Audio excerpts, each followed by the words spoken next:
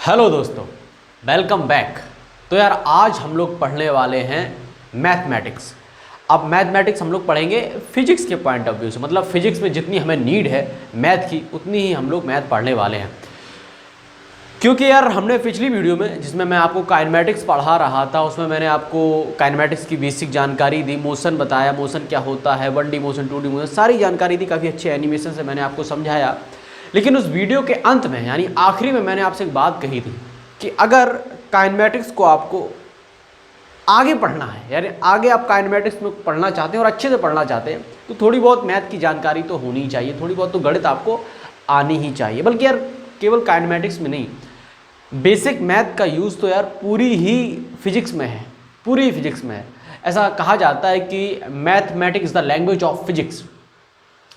जो मैथ है वो फिजिक्स की भाषा है। अब इसका क्या मतलब, इसको मैं थोड़ा एक्सप्लेन करने की कोशिश करता हूँ, दो चार एग्जांपल देता हूँ। अब सबसे पहले इस बात को ही समझते हैं, जैसे कि मैं आपसे बात कर रहा हूँ, मैं अपने आप में मेरे जो भी थॉट्स अंदर चल रहे हैं, दिमाग में जो भी कुछ चल रहा है वो आप तक पहुँच पा रहा है। आप समझ पा रहे हैं कि इस समय मैं क्या सोच रहा हूँ, क्या मैं बताने की कोशिश कर रहा हूँ। किसके थ्रू समझ पा रहे हैं? आप लैंग्वेज के थ्रू समझ पा रहे हैं। जो भाषा मैं इस्तेमाल कर रहा हूँ, मैं हिंदी भाषा इस्तेमाल कर रहा हूँ, तो आप उसके थ्रू आप मेरे भाव को समझ पा रहे हैं।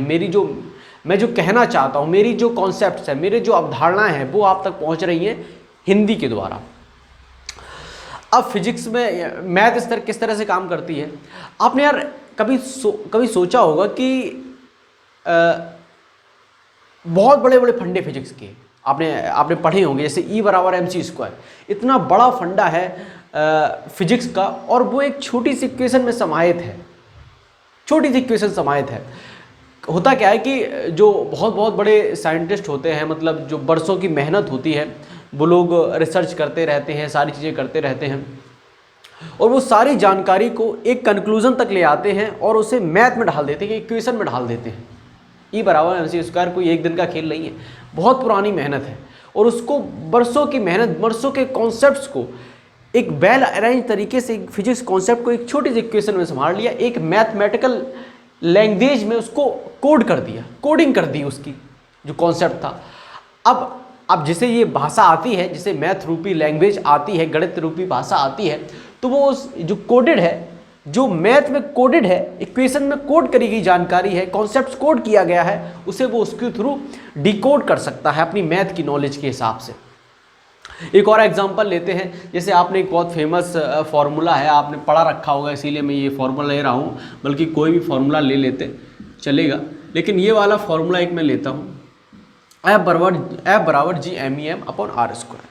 ये एक आपको एक सिंपल सा फार्मूला लग रहा होगा, लेकिन अगर इसके पीछे की बात करी जाए, इसके पीछे की बरसों की मेहनत है, बरसों की मेहनत है और इसमें बहुत सुंदर सुंदर कॉन्सेप्ट छुपा हो, चाहे ये वाला कॉन्सेप्ट हो, डेली बेसिस पे हम लोग के आसपास होता ही रहता है, चाहे ये हो, चाहे ये 1/r² से डायरेक्टली प्रोपोर्शनल F हो, ये सारे गेम हैं, ये सारे जो फंडे हैं, आप इमेजिन भी नहीं कर सकते कितना शक्तिशाली है ये जो लिखा है कॉन्सेप्ट, ये कितना शक्तिशाली है और वो छोटे से मैथ में बंधा हुआ है। और यही हम लोग करने वाले हैं, इसी को हम लोग डिकोड करेंगे। जब हम लोगों को थोड़ी बहुत मैथ आने लगेगी तो हम डिकोड करेंगे और इस पूरे जो इसमें जो भी कॉन्सेप्ट छपा हुआ है, इसमें जो कोडेड है, उसको हम लोग समझ पाएंगे। अब यार केवल हमें इक्वेशंस में ही नहीं, मैथ केवल इक्वेशंस नहीं होती हैं, आपको स्टैटिक्स भी मिलेगी, ग्राफ भी मिलेंगे, हाँ आपको टेक्नोमेट्री भी मिलेगी, कोऑर्डिनेट ज्योमेट्री भी मिलेगी। अलग अलग तरीके से आपको जो मैथ है वो फिजिक्स को समझाने का काम करेगी। यानी कि अगर आपको मैथ का अच्छा ज्ञान है तो आप फिजिक्स में काफ़ी अच्छा कर पाएंगे, क्योंकि मैथ एक सवारी की तरह है। जैसे कि आप एक मैथ पर बैठे, मैथ रूपी गाड़ी में बैठे हैं, आपको अगर मैथ रूपी गाड़ी का मतलब है आपको गणित आपका बहुत तगड़ा है, आप बैठकर अगर बाहर नज़ारे देखेंगे, जो बाहर यूनिवर्स में हो रहा है, प्रकृति में हो रहा है, तो वो हो जाएगा फिजिक्स। मतलब जितना अच्छा आपका गाड़ी होगा, जितना स्मूथ आपकी राइड होगी, उतने ही अच्छे से आप दृश्यों का जो आनंद ले पाएंगे, आपके आसपास जो भी चल रहा है, जो भी घटित हो रहा है, उसका आप आनंद ले पाएंगे। तो मैथ इसीलिए ज़रूरी है भाई साहब, क्योंकि आप डिकोड कर पाएँ चीज़ों को और कोड भी कर पाएँ। केवल डिकोड ही नहीं, आपको कोडिंग करनी भी आनी चाहिए। कोडिंग का मतलब है कि आप किसी भी कॉन्सेप्ट्स को, जैसा कि हम लोग करेंगे, जैसे मैं आपको जब भी कोई भी नया कॉन्सेप्ट पढ़ाऊंगा तो एक कंक्लूजन पर पहुंचूंगा, एक फार्मूले तक पहुंचूंगा, कहूंगा कि ये पूरे कॉन्सेप्ट्स का फार्मूला ये है, ये इसका कोडेड वर्जन है। अब इसको आप डिकोड करके पूरा कॉन्सेप्ट समझ सकते हैं। सिंपल सा थ्योरी है। खैर, अब यार जैसा कि मैंने आपसे कहा था कि केवल आपको इक्वेशंस ही नहीं मिलेंगी, आपको काफ़ी अलग अलग फॉर्म में मैथ देखने को मिलेगी। जैसा कि मैंने बताया कोऑर्डिनेट ज्योमेट्री, ट्रिग्नोमेट्री, एक वेक्टर भी है और एक है कैलकुलस। वेक्टर और कैलकुलस बहुत इंपॉर्टेंट है। उसमें से मैं आपको आज पढ़ाने वाला हूँ वेक्टर। तो यार अब वेक्टर को समझने के लिए हमें यार थोड़ा फिजिकल क्वांटिटी के बारे में ही जानना पड़ेगा कि इसकी क्या आवश्यकता होती है, फिजिकल क्वांटिटीज होती क्या है और इनकी क्या आवश्यकता है। तो इसको मैं स्टार्ट करूंगा एक कहानी से, छोटी सी कहानी स्टार्ट करूंगा कि एक गांव में दो व्यक्ति थे, एक गांव में दो आदमी रहते थे। दोनों बाजार गए और बाजार में उन्हें रस्सी खरीदनी थी, कोई काम होगा उन्हें रस्सी का, तो उन्हें रस्सी खरीदनी थी। अब वो अलग अलग दुकानों पर खरीदने गए, अलग अलग दुकानों को खरीदने गए दोनों। पहले रस्सी नापी कैसे जाती थी कि इतना बड़ा एक हाथ होता है, एक हाथ इतना बड़ा होता है, मतलब कि एक हाथ बोला जाता था इतना बड़ा। तो 10 हाथ रस्सी लेनी है तो एक रस्सी यहाँ, रस्सी का एक सिरा पकड़ा और इधर तक एक हाथ हो गया, फिर दूसरा पकड़ा, ये 2 हाथ हो गए, ये तीसरा पकड़ा, 3 हाथ हो गए। तो दोनों ने 10-10 हाथ रस्सी खरीदी। और जब वो वापस घर आए तो दोनों व्यक्ति आए कि मैं भी यार रस्सी खरीद के लाया हूँ, तेरी रस्सी देखे कैसी है। तब दोनों ने रस्सी की लेंथ मैच करी तो दोनों की लेंथ अलग अलग आई। मान लीजिए कि इसकी 10 हाथ जो आई वो आई होगी लगभग, ऐसा कुछ लिख भी नहीं सकते क्योंकि फिजिकल क्वांटिटी ही पढ़ा रहे हैं। तो दोनों की रस्सी की लेंथ है वो अलग अलग आई, इसकी इतनी होगी लगभग और इसकी लगभग इतनी, माइनॉरिटी थोड़ी सी कम होगी। पर ऐसा क्यों हुआ? दोनों रस्सी बराबर बराबर खरीदी, दोनों ने 10 हाथ रस्सी खरीदी, फिर भी एक की रस्सी बड़ी है एक की रस्सी छोटी है। ऐसा क्यों? आप सीधी सी बात कह रहे हो कि भैया जो पहला वाला दुकानदार होगा इसका जो हाथ होगा थोड़ा लंबा होगा, इसलिए इसकी रस्सी लंबी आई है, और दूसरे वाले का हाथ थोड़ा सा छोटा होगा इसलिए ये रस्सी थोड़ी सी छोटी आई है। लेकिन उन्होंने कहा ये तो यार बेईमानी हुई, ऐसा तो चलेगा नहीं, पैसा तो हम दोनों ने बराबर ही दिया, ये कैसे, ये स्वीकारनी नहीं है। तो इसके लिए यार एक फिजिकल क्वांटिटी बनाएगी कि भाई साहब कि अब हमेशा से एक मैं फिजिकल क्वांटिटी दे रहा हूँ कि इतना बड़ा एक अच्छी सी खासी माप दी गई 1 मीटर की, कि इतना बड़ा भाई साहब एक लेंथ दी गई कि ये होता है 1 मीटर, और ये हर जगह मान्य है। अब कोई अपना हाथ से, कोई भी दुकानदार अपने हाथ से नहीं नापेगा, सबको एक रॉड रखनी पड़ेगी जिसकी लेंथ सरकार के द्वारा मापी गई होगी, गवर्नमेंट इस पर निगरानी रखती है, पूरी जो संस्थाएं हैं वो निगरानी रखती है कि 1 मीटर भाई साहब इतना ही होगा। अब आप 10 मीटर रस्सी खरीदने जाएँ, दोनों की रस्सी बराबर आएगी। यानी फिजिकल क्वांटिटी की छोटी सी अगर मैं फील बताना चाहूँ, हम लोग हर चीज़ को कंपेयर करते हैं, हम लोग कंपेरिजन से नापते हैं कि कौन सी छोटी है कौन सी चीज़ बड़ी है, हर चीज़ में हम लोग कंपेरिजन करते हैं। आप अपने क्लास में यार देखिएगा, अगर आप एक एवरेज स्टूडेंट हैं तो आपको पता है कि आप एवरेज क्यों हो, क्योंकि सबसे ज़्यादा नंबर जिसके आते हैं वो टॉपर कहा जाएगा, जिसके कम आते हैं वो बैक बेंचर कहा जाएगा, और जो हम हैं एवरेज है क्योंकि हमारे नंबर ना ज़्यादा आते हैं ना कम आते हैं। यानी आपने कहीं ना कहीं कंपेयर किया है नंबरों से, वहाँ से आपने अपनी औकात को डिसाइड किया है। उसी प्रकार हम लोग फिजिकल क्वांटिटी भी यही है कि एक सर्वमान चीज़ लाई जाती है, एक सर्वमान चीज़ जो सभी जगह मान होती है उसको लाया जाता है, और उसके हिसाब से हम चीज़ों को मेज़र करते हैं। अब ऐसा ही एक और स्टोरी है, ये तो शायद रियल स्टोरी है, कि एक राजा के पास 2 फरियादी आए। दोनों फरियादी जो अब लेंथ हुआ करती थी, जो लेंथ फुट में नापी जाती है, फुट आप जानते होंगे, फुट जैसे मेरी हाइट है 5 फुट 7 3, वैसे ही फुट में जो है लेंथ नापी जाती थी। कहा जाता है कि पैर के बराबर जितनी पैर की लेंथ होती है उतना ही फुट होता है। तो 2 फरियादी राजा के पास आए और उन्होंने कहा कि मैंने इसको 20 बाई 40 यानी 20 जो लेंथ थी 20 फीट, FT से फिट को रिप्रेजेंट करते हैं, और 40 फीट ये वाला प्लॉट है। एक फरियादी ने कहा कि ये वाला प्लॉट मैंने इसको बेचा, मैंने दूसरे वाले व्यक्ति को बेचा, यानी ए व्यक्ति के पास ये प्लॉट था, इसने बी को बेचा। ठीक है, बी को बेचा। अब बी को बेचा, फिर कुछ सालों बाद उसने कहानी सुना रहे हैं दोनों फरियादी कि बी ने फिर क्या किया, बी ने ये खेत इसको बेचा, लेकिन इसकी शिकायत ये है कि अब की बार जो खेत है वो छोटा हो चुका है, वो खेत छोटा हो चुका है, और है दोनों का 20 फीट और इसका भी 40 फीट है। लेकिन यहाँ पर गिनती क्या है, छोटा क्यों हो गया? दोनों की लेंथ तो दोनों फिट के बराबर ही है। जब इसने बेचा था, जब इसने बी को बेचा था, तब इसने अपने पैर को नाप ली थी, अपने पैर से इसको नापा था। अब जब इसने इसको बेचा तो इसने अपना पैर नापा। तो ये कह रहा राजा साहब ये हमारे साथ चीटिंग हो गई है, पहले हमारा खेत जो बड़ा था, अब हमारा साथ खेत छोटा हो गया। तो राजा ने कहा तुम अपने अपने पैर नापोगे तो ऐसा होगा, तारा पैर छोटा है, उसका पैर बड़ा है, इसीलिए खेत की लेंथ अलग अलग आई। तो राजा ने कहा अब से मेरा पैर चलेगा, मेरी पैर की नाप ले जाओ, मेरा पैर जितना लंबा है वो 1 फुट होगा, वो 1 फुट होगा। तो लोगों ने कहा ये तो सबसे बढ़िया है, अब राजा साहब का पैर नापा जाए तो छोटा बड़ा हो ही नहीं सकता। काम वो राज्य में काम चलने लगा। अब ऐसे ही राज्य के बाहर ट्रेड करने गए लोग, राज्य के बाहर व्यापार किया गया, तो वहाँ पर जो फुट की लेंथ वहाँ पर अलग थी यार, वहाँ पर किसी का पैर लंबा था उसके राजा का। तो ये राज्य में भी चला, क्योंकि एक राज्य होता ही कितना बड़ा है, वहाँ पर आपकी यूनिट चल जाएगी। फिर कहा कि जो महारानी है लंदन की, पूरे विश्व में यही चलेगा, महारानी का पैर नापा जाएगा तो वो 1 फुट कहलाएगा। तो मोरल ऑफ द स्टोरी ये है कि हम लोगों ने ऐसी यूनिट बनाई जो सर्वमान्य, हर जगह एक ही, 1 मीटर हर जगह एक ही होगा, 1 फीट अब हर जगह एक ही होगा, किसी को अलग अलग, किसी के साथ भेदभाव नहीं होगा। तो इस प्रकार से एक फिजिकल क्वांटिटी बनी जिसे हम लोगों ने कहा कि मीटर। और ऐसे ही डिग्री सेल्सियस टेम्परेचर की मैं आपको फील देने की कोशिश करता हूँ। आपने यार कभी आपने जैसे कि एक वो बोतल आती है जहाँ पानी डालो ठंडा रहता है और गर्म पानी डालो गर्म रहता है, ऐसा बोतल में आपने पानी भरा। आप अपने घर से, आप बहुत गर्मी जगह पर रहते हैं, आप दिल्ली ऐसे शहर में रहते हैं जहाँ बहुत गर्मी पड़ रही है, आप शिमला घूमने जा रहे हैं और आपने नॉर्मली अपने पानी भर लिया उस बोतल में, नॉर्मल पानी भर लिया। और जब नॉर्मल इतना था कि आपने चेक किया था तो आपको थोड़ा बहुत ठीक नॉर्मल लगा था, आपको ठंडा पानी लगा था, आपने ऐसा नल खोला भर लिया। अब आप शिमला गए, वहाँ पर बहुत ठंडक है, आपने वही पानी ऐसा खोला और आपने ऐसा डाला, तो आपको वो पानी यहाँ पर क्या लगेगा, गर्म लगेगा। और वहाँ पर आपको क्या लग रहा था, दिल्ली में आपको ठंडा लग रहा था, और बाहर जब आप शिमला में लेकर गए ठंडी में आपने जब पानी अपने हाथ में डाला तो आपको गर्म लगा। ऐसा क्यों? पानी का आप जानते हैं कि बोतल के अंदर का टेम्परेचर तो चेंज होने वाला नहीं, क्योंकि ये तो बोतल की जो क्वालिटी है, फिर भी टेम्परेचर आपको चेंज हुआ लग रहा है। आपको वहाँ पर मान लीजिए कुछ लग रहा था कि गर्म है, यहाँ पर लग जाए ठंडा है। तो यहाँ पर भी फिजिकल क्वांटिटी बनाएगी कि आपकी छूने से ये नहीं बताया जाएगा कि क्या गर्म है क्या ठंडा है। भाई साहब डिग्री सेल्सियस नाप लो, वहाँ पर भी इतना ही डिग्री सेल्सियस, किसी का टेम्परेचर नापना है तो डिग्री सेल्सियस में नापिए, ठंडा गर्म मत करिएगा, अपने हिसाब से ना बताइए क्या चीज़ ठंडी है क्या चीज़ गर्म है, समझे।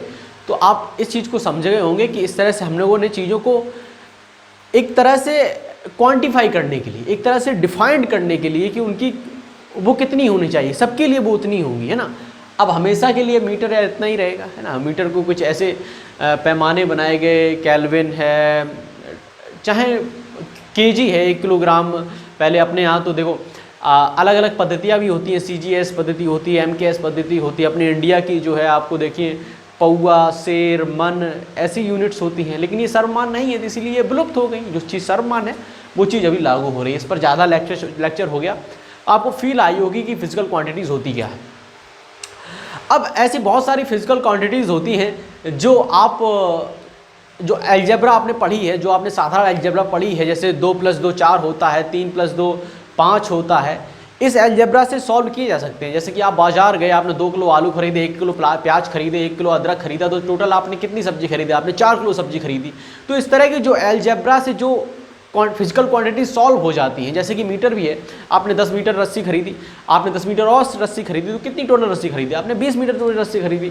तो जो अभी तक आप करते आए थे, जो भी अलजेब्रा लगाते आए थे, वो सारी आप जो होती थी वो होती थी स्केलर फिजिकल क्वांटिटीज़। इन्हें हम लोग स्केलर फिजिकल क्वांटिटीज़ कहते हैं।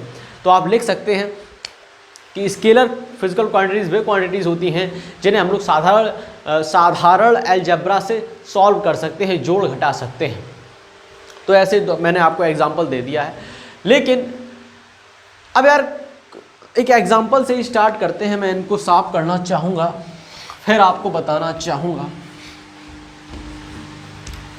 कि कुछ यार फिजिकल क्वांटिटीज़ ऐसी होती हैं जिन्हें आप यार साधारण बीजगणित, जो साधारण अलजेब्रा आपने पढ़ रखी है, उससे सॉल्व नहीं होती है। एक एग्जांपल से मैं स्टार्ट करूँगा। तो एग्जांपल मैं लेना चाहूँगा, मान लीजिए कि आप कहीं पर खड़े हैं और आपसे कोई आदमी आता है और आपसे कहता है कि भाई साहब मैं दिल्ली जाना चाहता हूँ। तो आप कहेंगे ठीक है चले जाओ, 400 किलोमीटर दूर है, फिर वो आदमी कहे भाई साहब मुझे दिल्ली जाना है, ठीक है 400 किलोमीटर दूर है, पर किधर है। कहने का मतलब समझे कि कुछ फिजिकल क्वांटिटीज़ ऐसी होती हैं जिनमें हमें सिर्फ यार मैग्नीट्यूड से काम नहीं चलता, हमें डायरेक्शन भी बतानी पड़ती है। जैसे दिल्ली जाने के लिए हमें मैग्नीट्यूड भी चाहिए, उसे आदमी बताना पड़ेगा कि तुझे 400 किलोमीटर चलना है और तुझे इस डायरेक्शन में चलना पड़ेगा। तो ये हो गया एक उदाहरण। मैं दूसरा उदाहरण भी लेना चाहूँगा जिसकी मैंने बात करी थी। कुछ फिजिकल क्वांटिटियाँ ऐसी होती है जिसे आप जो नॉर्मल अलजेब्रा होती है उसके साथ जोड़ घटा नहीं सकते। उसका एक एग्जांपल लेना चाहूँगा। मान लीजिए कि आपके पास नहीं, मेरे पास एक कक्षा है, एक क्लास है। एक क्लास पर मैं एक उदाहरण देना, एक एग्जांपल लेना चाहता हूँ, एक प्रैक्टिकल करना चाहता हूँ क्लास के सामने। और 10 केजी का ब्लॉक मैं अपनी बेंच पर रख देता हूँ और मेरी बेंच बहुत स्मूथ है, यानी कि कोई भी रुकावट ये नहीं डालेगी ब्लॉक को खिसकाने में। और मैं क्लास में से किसी भी एक बंदे को उठाता हूँ और बोलता हूँ कि आ भाई साहब इसके ऊपर थोड़ा फोर्स लगा, अपनी पूरी ताकत लगा। तो वो 10 न्यूटन का फोर्स लगाता है। तो 10 न्यूटन एक्चुअल में एक आदमी की ताकत तो काफ़ी ज़्यादा होती है, तो 100 न्यूटन मान लेते हैं। तो उस स्टूडेंट ने 100 न्यूटन का फोर्स लगा दिया इस ब्लॉक पर। मान लेते ए ने फोर्स लगाया। अब उसी क्लास में से, क्लास को कक्षा बोलते हैं हिंदी में, ठीक है। तो उसी क्लास में से मैंने एक दूसरे स्टूडेंट को बुलाया। मैंने कहा तू भी अपनी पूरी ताकत लगा। और वो भी लड़का यार बॉडी में उसके बराबर ही है, ए के बराबर ही है, और उसके पास भी मैक्सिमम ताकत 100 ही न्यूटन है। तो उसने 100 न्यूटन ऊपर से लगाया। उसने उधर देखा और ऊपर से 100 मीटर लगा दिया। मैंने तीसरे बंदे से खड़ा किया जो भी इन बॉडी में सबके बराबर ही है। मैंने कहा तू भी यार फोर्स लगा दे। तो उसने इधर उधर देखा। उसने कहा ठीक है, ए ने इधर लगाया, बी ने इधर लगाया, तो मैं इधर लगाऊंगा। तो उसने भाई साहब 100 न्यूटन का फोर्स इधर लगा दिया। अगर अब मैं क्लास से पूछूं या मैं आप लोगों से पूछूं कि इस ब्लॉक पर टोटल कितना फोर्स लग रहा है, नेट फोर्स कितना लग रहा है, तो आप कहेंगे 300 न्यूटन। तो भाई साहब जोड़ दो, सिंपली जोड़ दो। अगर आपका जवाब 300 न्यूटन है तो आपकी थोड़ी सी इन्फॉर्मेशन बढ़ाने के लिए मैं आपको बता देता हूं कि अगर कोई 10 केजी का ब्लॉक है, 10 केजी का ब्लॉक है और वो स्मूथ सरफेस पर रखा है, अगर उसके ऊपर नेट 300 न्यूटन का फोर्स लग रहा है तो वो स्थिर नहीं रहेगा, वो भागने लगेगा, बहुत तेज स्पीड में भागने लगेगा। तो ये बात आपको समझ में आएगी जब NLM पढ़ेंगे, न्यूटन्स लॉ ऑफ मोशन पढ़ेंगे तब। लेकिन फिलहाल मेरी बात मानिए कि अगर यार 300 न्यूटन किसी पर फोर्स लगाओगे तो वो भागने लगेगा, ठीक है, ये ब्लॉक। लेकिन यहाँ पर क्या हो रहा है, यहाँ पर तो ये रुका हुआ है। अगर ये रुका हुआ है तो निश्चित रूप से यहाँ पर जो फोर्स है वो 100 न्यूटन नहीं लग रहा है, 300 न्यूटन नहीं लग रहा है, कुछ और लग रहा है। यानी कि ये साधारण बीजगणित से इसे हम लोग इसको हम नहीं जोड़ सकते। इसके लिए हमें अलग बीजगणित बनानी पड़ेगी, जिसे हम लोग वेक्टर अलजेब्रा कहते हैं। उसके बारे में बाद में पढ़ेंगे। पहले फिजिकल, ये मैंने आपको एक एग्जांपल दिया कि हमें इसमें यार डायरेक्शन को भी ऐड करना पड़ता है, क्योंकि हमें हर ABC तीनों लड़कों को बताना चाहिए था कि तुझे किस डायरेक्शन में फोर्स लगाना है। अगर मैं कह देता कि सभी लड़के ABC एक डायरेक्शन में फोर्स लगा दो, 100 न्यूटन का फोर्स ईस्ट डायरेक्शन लगाओ, ईस्ट डायरेक्शन, तो वो कहते ठीक है, तब तो यार 300 न्यूटन हो जाता, तब तो हो जाता। लेकिन हर कंडीशन में नहीं, जब डायरेक्शंस अलग अलग होंगी तो हर कंडीशन में ऐसा नहीं होगा। तो अब वेक्टर क्वांटिटीज़ कैसी दिखती हैं इनके बारे में बात कर लेते हैं। तो मैं बताना चाहूँगा कि वेक्टर क्वांटिटी में, जैसे कि मैं यहीं पर ले लेता हूँ जो F न्यूटन है, तो F बराबर 100 न्यूटन ईस्ट। तो ये हो गया अपना एक वेक्टर का रिप्रेजेंटेशन, यानी कि हमें मैग्नीट्यूड भी दिखाना पड़ता है और डायरेक्शन भी बतानी पड़ती है। और वेक्टर को रिप्रेजेंट करने के लिए कोई भी सिंबल, जैसे यहाँ पर फोर्स को F से रिप्रेजेंट किया था, उसके ऊपर एक एरो लगा दिया जाता है। इस तरह से हम लोग रिप्रेजेंट करते हैं किसी भी वेक्टर क्वांटिटी को। जैसा कि दिल्ली डायरेक्शन, अगर दिल्ली मान लीजिए कि यहाँ से बताया गया कि भाई साहब 400 किलोमीटर दूर है और उससे डायरेक्शन पूछी, आपने कह दिया कि नॉर्थ ईस्ट, यहाँ से नॉर्थ ईस्ट की तरफ दिल्ली है, तो इसके ऊपर भी वेक्टर लगाना पड़ेगा।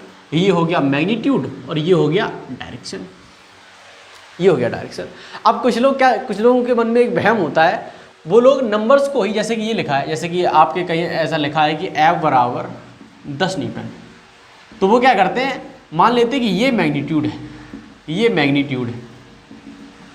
ये भाई साहब मैग्नीट्यूड ये नहीं होता है, मैग्नीट्यूड ये पूरा होता है डायमेंशंस के साथ साथ, जो उसके आगे जो डायमेंशन लिखी है, जो उसको क्वांटिफाई कर रही है, पूरा होता है। नंबर तो सिर्फ क्वांटिफाई कर रहा है उस पर्टिकुलर फिजिकल क्वांटिटी को, उस पर्टिकुलर फिजिकल क्वांटिटी को ये नंबर सिर्फ क्वांटिफाई कर रहा है, ये मैग्नीट्यूड नहीं है, मैग्नीट्यूड पूरा होता है। ये थोड़ी सी कंफ्यूजन है।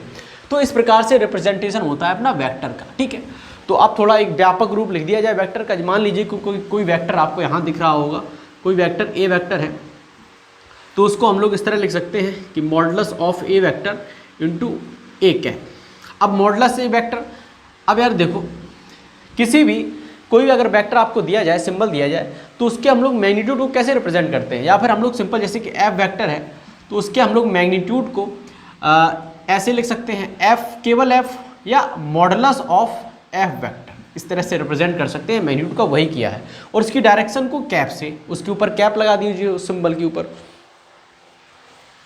तो इस तरह से रिप्रेजेंट करते हैं। जैसे कि यहाँ पर ये हो गया, जैसे ये लिखा है, ये हो गया भाई साहब अपना मैग्नीट्यूड, और ये तो गलत है, ये तो मैग्नीट्यूड नहीं होता, मैग्नीट्यूड डायमेंशन के साथ होता, और ये हो गया डायरेक्शन, और यहाँ पर भी यही है, ये मैग्नीट्यूड हो गया, ये डायरेक्शन हो गया।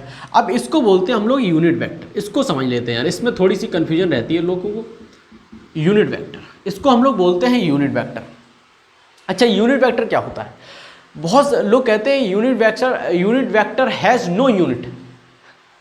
डेफिनेशन समझे, unit vector has no unit, मतलब आप नाम भी ले रहे हैं यूनिट वेक्टर कह रहे हैं और ये भी कह रहे हैं कि उसके पास यूनिट ही नहीं है। इसका क्या मतलब? इसका ये मतलब है गुरु कि यूनिट वेक्टर होता है वो सिर्फ डायरेक्शन को रिप्रेजेंट करता है, उसका कोई भी डायमेंशन नहीं होता है, डायमेंशन लेस होता है। कभी आपने सुना ईस्ट न्यूटन पर मीटर, ऐसा कुछ नहीं होता है।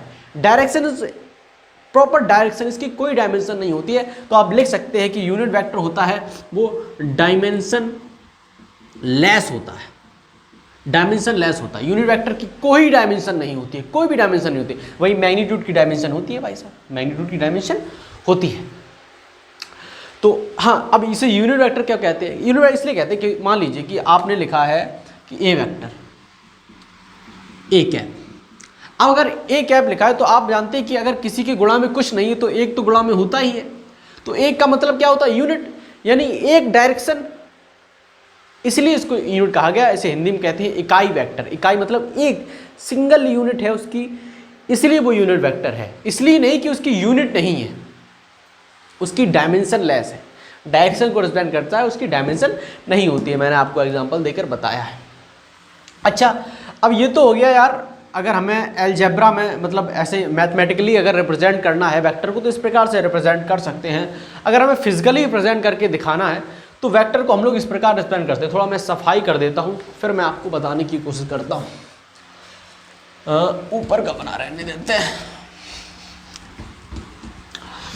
वेक्टर का रिप्रेजेंटेशन आपने देखा होगा यार, ऐसा कोई बड़ी बात नहीं है वेक्टर का रिप्रेजेंटेशन। देखिए, अगर मान लीजिए कोई F vector is equal to 10 newton east दे रखा है, तो इसका वेक्टर रिप्रेजेंटेशन क्या होगा? एक लाइन खींची जाएगी जो कि मैग्नीट्यूड को रिप्रेजेंट करेगी और एक एरो बनाया जाएगा जो डायरेक्शन को रिप्रेजेंट करेगा। तो ये हो गया रिप्रेजेंटेशन ऑफ वेक्टर। तो इसे हम लिख सकते हैं 10 न्यूटन ईस्ट की तरफ ये मुंह किए हुए। अच्छा, मैंने अभी कहा कि जो लेंथ होती है इस वेक्टर की वो मैग्नीट्यूड को रिप्रेजेंट करती है। यानी कहने का मतलब ये है भैया कि अगर इसकी लेंथ को डबल कर दिया जाए, तो ये 20 न्यूटन वेक्टर का 20 न्यूटन फोर्स का वेक्टर रिप्रेजेंटेशन है, जिसकी डायरेक्शन क्या है? ईस्ट की तरफ। समझ रहे हो? अगर 5 न्यूटन का है तो इसका आधा हो जाएगा। कहने का मतलब ये है जितना किसी वेक्टर का मैग्नीट्यूड जितना ज़्यादा उतनी ही उसकी लेंथ। इसका मैग्नीट्यूड ज़्यादा तो उसकी वेक्टर की लेंथ ज़्यादा, इसका मैग्नीट्यूड कम उसकी लेंथ कम। तो इस प्रकार से वेक्टर को हम लोग रिप्रेजेंट करते हैं और आप सारी फील समझ गए होंगे मैं कहना क्या चाहता हूँ, वेक्टर के रिप्रेजेंटेशन कैसे किया जाता है। अब यार आप वेक्टर को नॉर्मली कहीं भी शिफ्ट कर सकते हैं। पैरेलली आप 10 न्यूटन को अगर यहाँ भी शिफ्ट कर दें, यहाँ भी शिफ्ट कर सकते हैं, मतलब पैरेलली आप इसे कहीं भी ले जा सकते हैं, कहीं भी ऐसा रख सकते हैं। इसके ऊपर कोई असर नहीं पड़ने वाला होता है। ठीक है, अब आगे की कहानियों पर थोड़ी सी चर्चा कर ली जाए। रिप्रेजेंटेशन ऑफ वेक्टर तो हो ही गया। ओके, अब आगे देखते हैं गुरु। अब यार हम लोग समझते हैं इक्वलिटी ऑफ वेक्टर कि कौन से वेक्टर इक्वल हो सकते हैं। तो मैं कुछ एग्जांपल लेना चाहूँगा इसको समझाने के लिए। मान लीजिए कि आपके पास एक वेक्टर है 10 न्यूटन का, जो अभी अभी हमने लिए थे बहुत सारे, जो ईस्ट की तरफ डायरेक्ट है। Okay, clear. और आपके पास एक और वेक्टर है, वो भी इतना ही लंबा है, यानी कि उसका भी मैग्नीट्यूड आपके बराबर ही है, मतलब इसके बराबर ही है, वो है 10 मीटर पर सेकेंड। ये भी ईस्ट की तरफ है। अगर मैं आपसे कहूँ क्या आपको ये दोनों वेक्टर बराबर दिख रहे हैं, आपको यार फिजिकली तो बराबर दिख सकते हैं, लेकिन ये मेंटली बराबर नहीं है। कहने का मतलब ये है कि इक्वल वेक्टर ये नहीं कहलाएंगे। इक्वल वेक्टर वो वेक्टर होते हैं जिनका यार मैग्नीट्यूड भी बराबर होता है और सेम फिजिकल क्वांटिटी के होते हैं, सेम डायरेक्शन में होते हैं। इक्वल वेक्टर कौन से होते हैं? जिनका मैग्नीट्यूड सेम होता है, जिनकी डायरेक्शन सेम होती है और सेम सेंस के होते हैं। और यहाँ पर क्या ये सेम, ये मीटर पर सेकेंड है, 10 मीटर। बेशक इसका जो क्वांटिफिकेशन है यानी जो नंबर है वो सेम है, लेकिन यार यहाँ की यूनिट है वो अलग है। ठीक है, बेशक इसकी लेंथ बराबर है वेक्टर की, लेकिन इसका जो डायरेक्शन है वो भी सेम है, लेकिन भाई साहब इसका सेंस अलग अलग है। तो एक इक्वल वेक्टर वही होते हैं जो मैं अभी आपको बता चुका हूँ, बार बार रिपीट करने का कोई मतलब नहीं, सिंपल सी चीज़ है।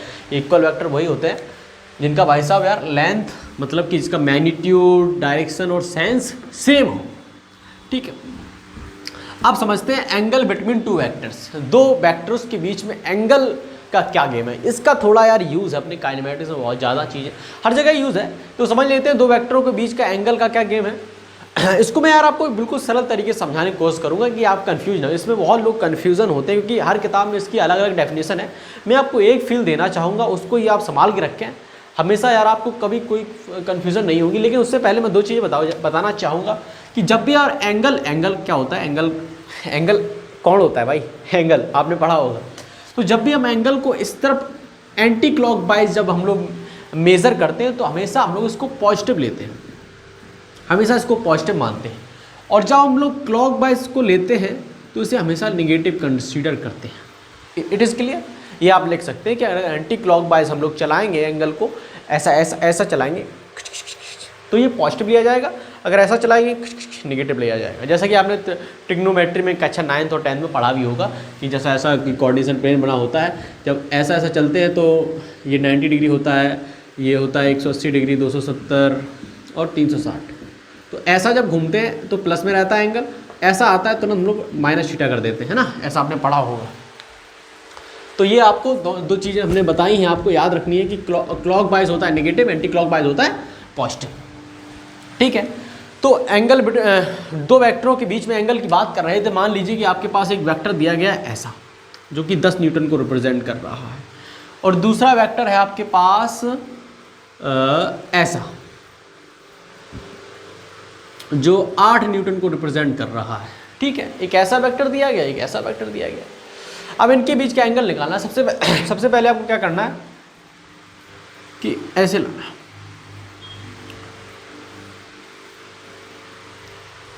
आपको एक बात याद रखनी जो अभी मैं कहने जा रहा हूं कि किन्हीं भी जब भी हमें दो वेक्टर्स के बीच में एंगल पूछा जाए तो हमें हमेशा याद रखना कि पहले वो वेक्टर कहाँ जा रहा है और कहाँ जाएगा। कहाँ जा रहा है,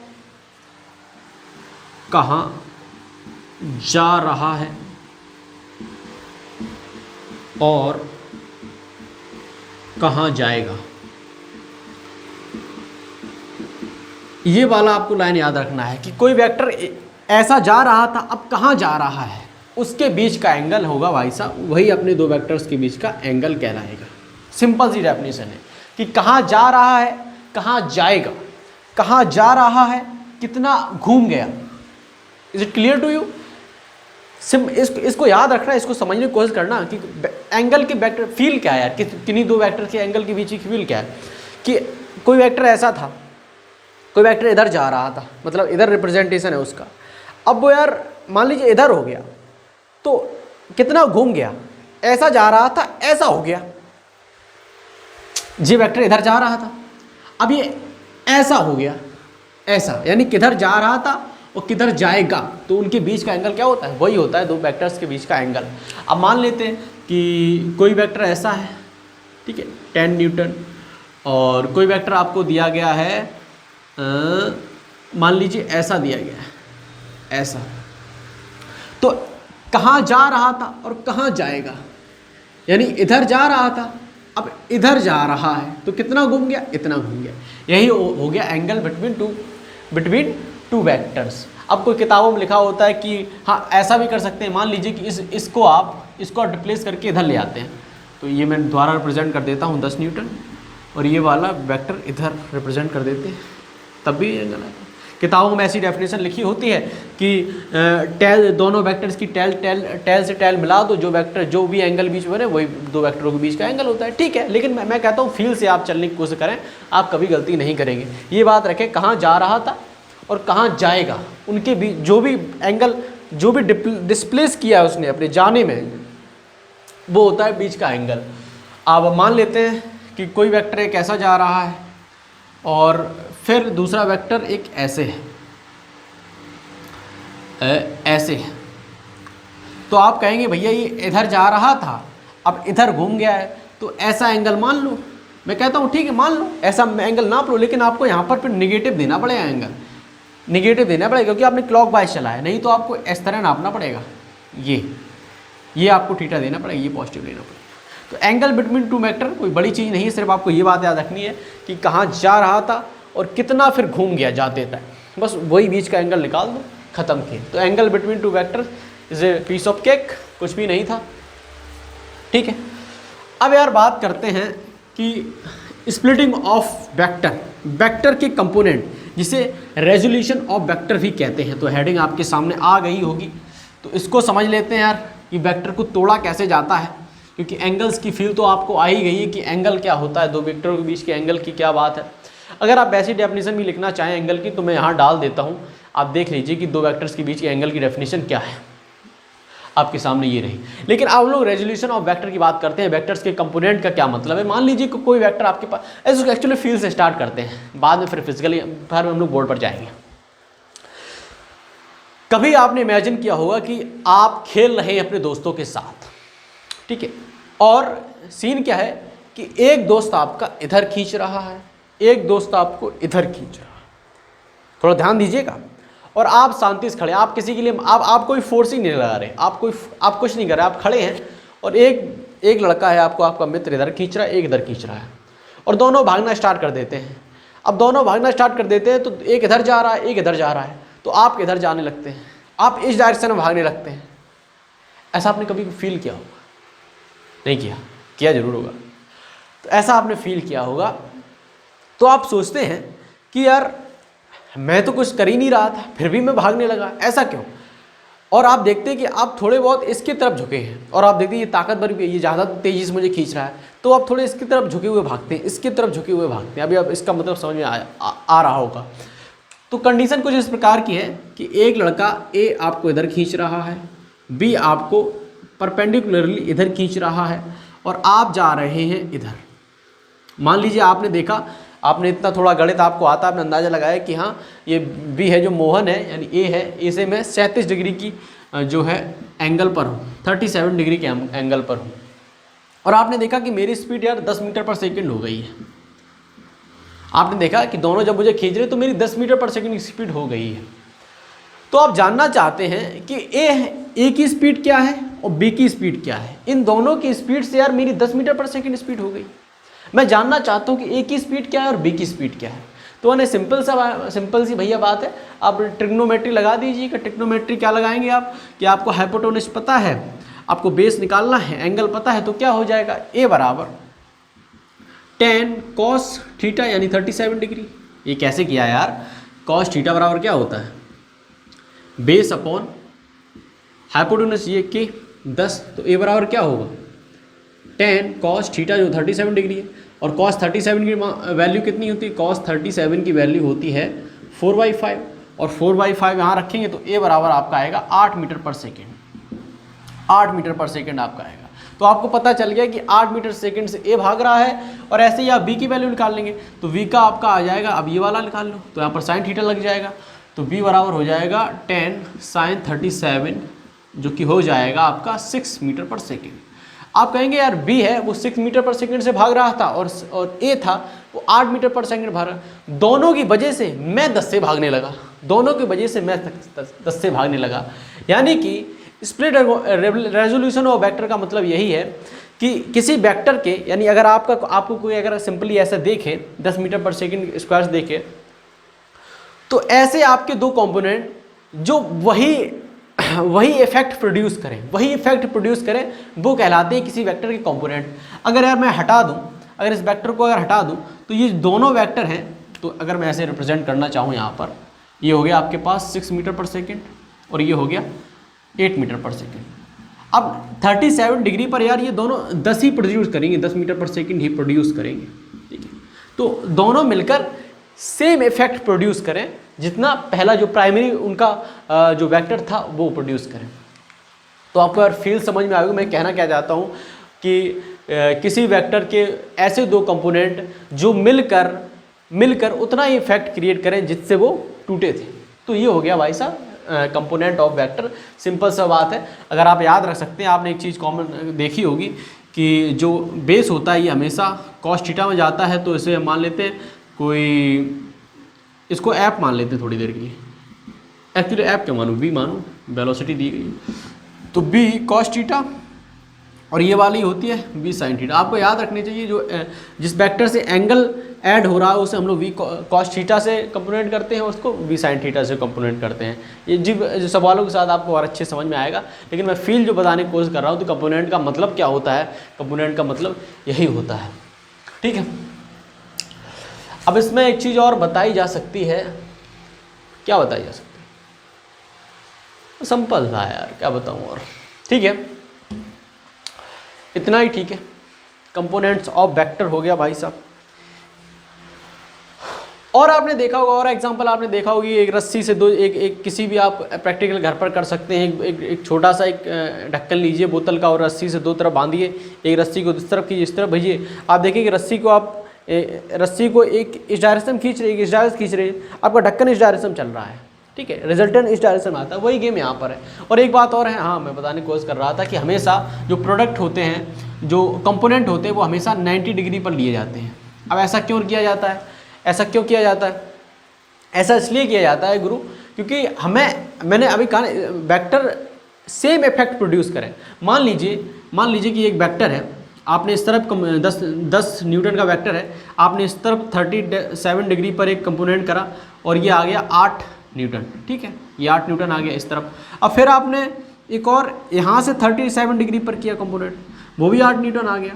अब अगर इसको हटा दोगे तो क्या ये दोनों मिलकर क्या 10 न्यूटन का प्रोड्यूस करेंगे? नहीं करेंगे। इसलिए हम लोग 10 का रखते हैं, क्योंकि हमें उसी वेक्टर को एक्चुअली में स्प्लिट करना होता है, तोड़ना होता है, दोनों की वैल्यूज़ को अलग अलग बांटना होता है, देखना होता है कि इस डायरेक्शन में इसका कितना इफेक्ट है और इस डायरेक्शन में इसका कितना इफेक्ट है। और ये भी कह सकते हैं अगर ये एक्स डायरेक्शन है और ये वाई डायरेक्शन है, तो हमेशा जो एक्स कंपोनेंट होता है वो वी कॉस थीटा के लिए होता है, और जो वाई कंपोनेंट होता है वी साइन थीटा। इस तरह लिख सकते हैं इसको। हाँ, यही मैं और बताने की कोशिश कर रहा हूँ, ठीक है, सरल है।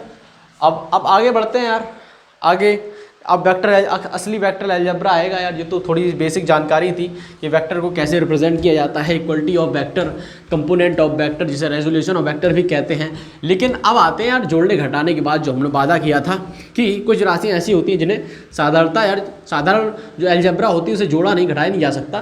तो इसके लिए इस तरह जो डायरेक्शन वाली चीज़ें होती हैं, डायरेक्शन वाली राशियाँ होती हैं, क्वांटिटीज़ होती हैं, इनके लिए हमें वेक्टर अलजेब्रा पढ़नी पड़ती है। तो उसी की शुरुआत करते हैं। तो पहला है वेक्टर्स को जोड़ने के लिए हम पहला ट्रायंगल्स रूल पढ़ते हैं। दो वेक्टर्स को अगर हमें जोड़ना है, मान लीजिए कि अगर हमें एक वेक्टर दे रखा है ये ए वेक्टर और दूसरा वेक्टर हमें दे रखा है वी वेक्टर, तो इन्हें दोनों को जोड़ना है तो हम क्या करते हैं, ट्रायंगल रूल है।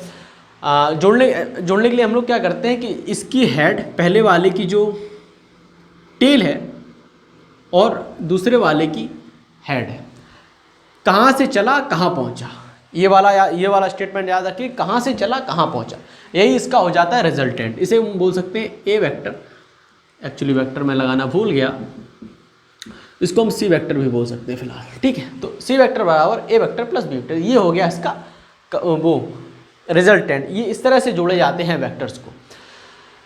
अब यार जोड़े जाते हैं इस तरह, आप वेक्टर्स को जोड़ सकते हैं, ठीक है, जोड़ सकते हैं भाई, कोई दिक्कत नहीं है। कन्फ्यूजन अगर इसलिए याद ना हो, मान लीजिए कि आप कहीं जा रहे हैं, आपने ऐसा रास्ता अपनाया, यहाँ से चलना स्टार्ट किया, आपने स्टार्ट आप स्कूल जा रहे हैं अपना, आपने इतनी गली चले, फिर आपका स्कूल इस गली में है तो इतने चले। अगर आपकी मम्मी पूछे कि आपका स्कूल कहाँ है तो आप क्या कहेंगे? पहले क्या ऐसा बताएंगे इधर गली में जाओ फिर इधर जाओ ना, आप सीधे बताएंगे इस डायरेक्शन में, तो वही इसका रिजल्टेंट होता है। अब रिजल्टेंट a प्लस बी, इसका क्या मतलब है भैया? कोई जैसे कि अगर हम 2 किलो आलू में 1 किलो प्याज जोड़ रहे हैं तो 3 किलो प्याज निकल के आ रहा है, इसका भी कुछ बताओ, a vector plus b vector का क्या मतलब है?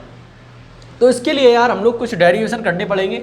इसको क्वांटिफाई करने के लिए सबसे पहले हम लोग मैग्नीट्यूड निकालेंगे, फिर डायरेक्शन निकालेंगे। तो उसके लिए हमें क्या करना पड़ेगा? सबसे पहले यार लिखना पड़ेगा, थोड़ा एक डेरिवेशन करा ही देते हैं, मैंने सोचा था इसे रहने देंगे, लेकिन आप देखते हैं 2 वेक्टर के बीच का एंगल क्या थीटा है। देखो कहाँ जा रहा था, कहाँ जाएगा, इधर जा रहा इधर जाएगा, तो ये थीटा हो गया, ये थीटा हो गया। थोड़ा सा डेरिवेशन कर रहे हैं क्योंकि हमें इसकी वैल्यू निकालनी है, मुझे इस वेक्टर जो ए वेक्टर प्लस बी वेक्टर, इसकी वैल्यू क्या होगी ये बताना है।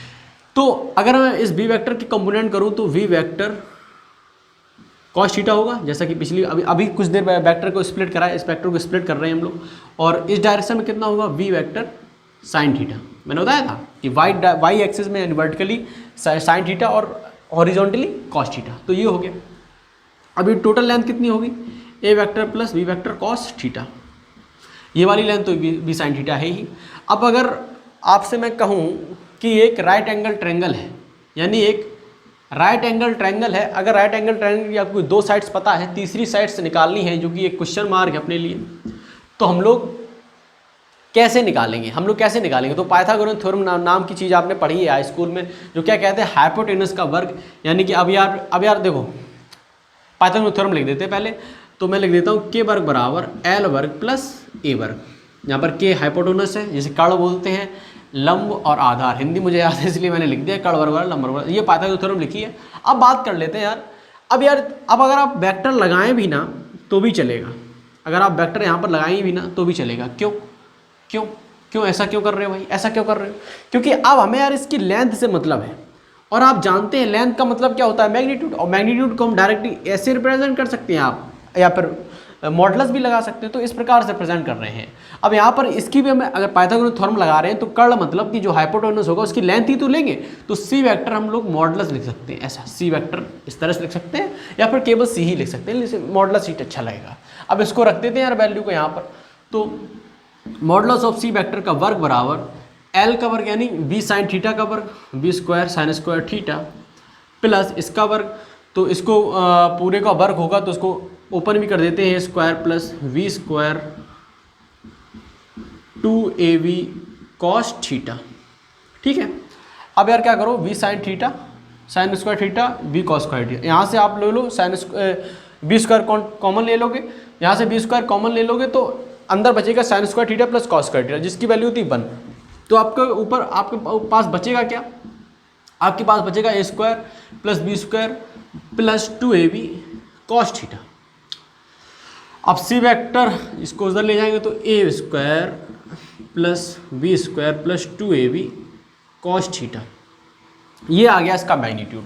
अब आप कहोगे इस जो रिजल्टेंट वेक्टर है, 2 वेक्टर्स का जो रिजल्टेंट वेक्टर है उसका मैग्नीट्यूड तो आ गया, मैग्नीट्यूड इस फॉर्मूले से आपका निकल आएगा, लेकिन यार मैग्नीट्यूड निकला है भैया, डायरेक्शन भी बता दो। तो डायरेक्शन के लिए मैं कहता हूँ कि मान लीजिए कि ए वेक्टर से तू अल्फा कोण बना रहा है, अल्फा कोण बना रहा है, तो tan अल्फा लगा देंगे भाई, tan अल्फा लगा देंगे, और ऊपर हो जाएगा बी साइन थीटा, नीचे क्या है A plus B cos theta, A plus V cos theta, तो अल्फा बराबर tan inverse V sine theta upon A plus V cos theta. तो ये भाई साहब आ गया मैग्नीट्यूड और डायरेक्शन। इस प्रकार से यार वेक्टर अलजेब्रा को हम लोग करते हैं, है ना। वेक्टर अलजेब्रा का पहला चीज़ है वेक्टर एडिशन, इस तरह से वेक्टर्स को जोड़ा जाता है। ठीक है, अब एक और इसमें एक पॉलीगन रूल है, एक ट्रायंगल रूल, अभी मैंने आपको समझाया, आप पॉलीगन रूल भी समझा देता हूँ। पॉलीगन कुछ नहीं है, यहाँ पर हमने 2 वेक्टर्स को जोड़ा। अगर आपके पास बहुत सारे वेक्टर्स हैं, बहुत सारे वेक्टर मतलब बहुत सारे वेक्टर, कितने भी वेक्टर हैं अभी मैं बता के दिखाता हूँ आपको, कितने भी वेक्टर हैं अगर उन्हें आपको जोड़ना है तो उसके लिए पॉलीगन रूल काम आता है। तो मान लीजिए कि आपके पास मान लीजिए एक वेक्टर है इधर है एक वेक्टर ए वेक्टर, फिर आपके पास है वी वेक्टर, फिर है सी वेक्टर, फिर है डी वेक्टर। अब आपको इन्हें जोड़ना है, तो मान लीजिए आपने जोड़ दिया इन्हें और आपका रिजल्टेंट आया ई वेक्टर। तो कहने का मतलब है ई वेक्टर बराबर A vector plus B vector plus C vector plus D vector. अगर और भी वेक्टर होते तो इस प्रकार से जोड़ा जाता था। इसकी फील क्या है? फील यही है यार। इसको कैसे सॉल्व किया जाएगा? सबसे पहले इसे सॉल्व कर लो। दो वेक्टर्स को आपको सॉल्व करना पता ही है कि दो वेक्टर्स कैसे जोड़ा जाता है। इसकी टेल उसका हेड जोड़ दो, तो इसका जो मैग्नीट्यूड मान लीजिए आ गया अपने पास एफ वेक्टर आ गया। ठीक है, ये दोनों खत्म हो गए। अब ये बचे, अब ये वेक्टर ले लो, ये वेक्टर ले लो, तीसरा आपने ऐसा बना दिया और ये हो गया मान लीजिए जी वेक्टर। ठीक है, अब इन दोनों का जो इन दोनों वेक्टर्स का मैग्नीट्यूड आ गया जी। अब ये दोनों खत्म हो गए क्योंकि इसका मैग्नीट्यूड तो लिख ही लिया। अब एक वेक्टर ये है, एक वेक्टर ये है, इसका मैग्नीट्यूड ई वेक्टर, तो ये तो आपको करना आता ही है। तो इस प्रकार से ये है कि आप कितने भी वेक्टर्स को पॉलीगन में जोड़ सकते हैं। ठीक है, ओके। अब यार यहाँ पर होता है अपना ख़त्म। अब ये शायद वीडियो बहुत ज़्यादा लंबा हो गया है। अगली वीडियो में यार अभी हम लोग ने जोड़ना सीखा है वेक्टर्स को, अगली वीडियो में गुणा करना भी सीखेंगे। गुणा करने के यहाँ पर 2 रूल हैं, तो वही करेंगे क्योंकि यहाँ पर एक वीडियो या फिर लेंदी हो गया है। अगली वीडियो मिलते हैं आपको क्रॉस प्रोडक्ट और डॉट प्रोडक्ट के साथ।